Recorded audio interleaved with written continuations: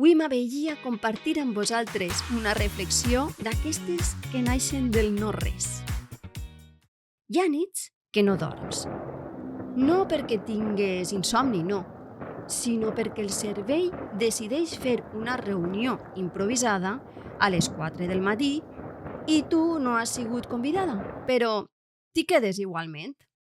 A mi em passa de tant en tant. I és en eixes nits quan els pensaments que durant el dia he deixat passar per damunt, com qui no vol la cosa, de sobte agafen cadira, cafè i micròfon. Fa uns dies, en una d'aquestes vigílies involuntàries, em va tornar al cap una frase d'un filòsof cordobès, José Carlos Ruiz, que deia: «Per a ser feliços hem de ser elegants».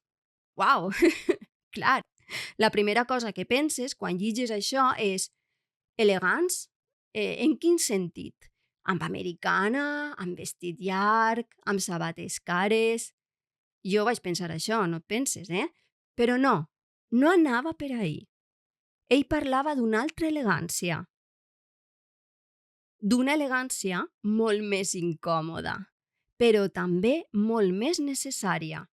L'elegància com a manera d'estar en el món, com a capacitat de triar el to, l'actitud, les paraules i, sobretot, de fer sentir a l'altre que existeix.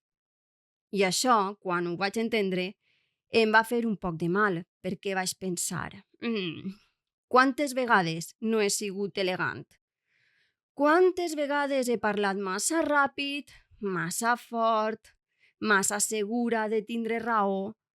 Quantes vegades he contestat des del cansament, des de la ràbia o fins i tot des de l'ego? Vivim en un temps estrany. Un temps en què ser amable sembla sospitós.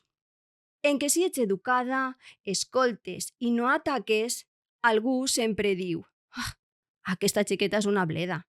O, mira, una figa tendra. I no és això. Ser elegant no és ser feble, és ser conscient, és saber que pots fer mal i decidir no fer-lo.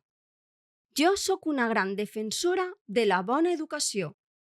I no perquè m'hagin educat així, bé, que també, sinó perquè cada vegada estic més convençuda que és un acte revolucionari. I això, inevitablement, m'ho emporta a la meua vida professional. Perquè mira, aprendre una llengua ja és prou difícil com per a fer-ho des de la por, el judici o la humiliació.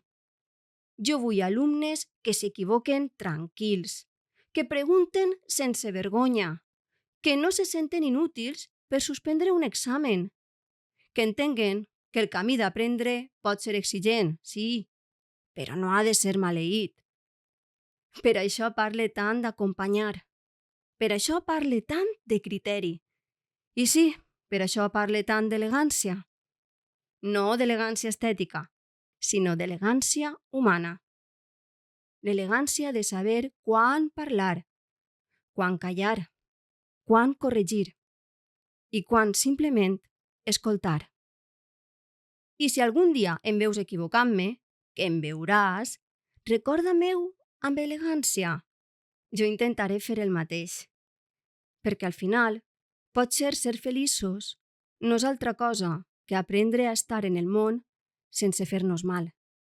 I si pot ser amb una miqueta d'humor, que tampoc passa res i de tant en tant ens riem de nosaltres mateixa.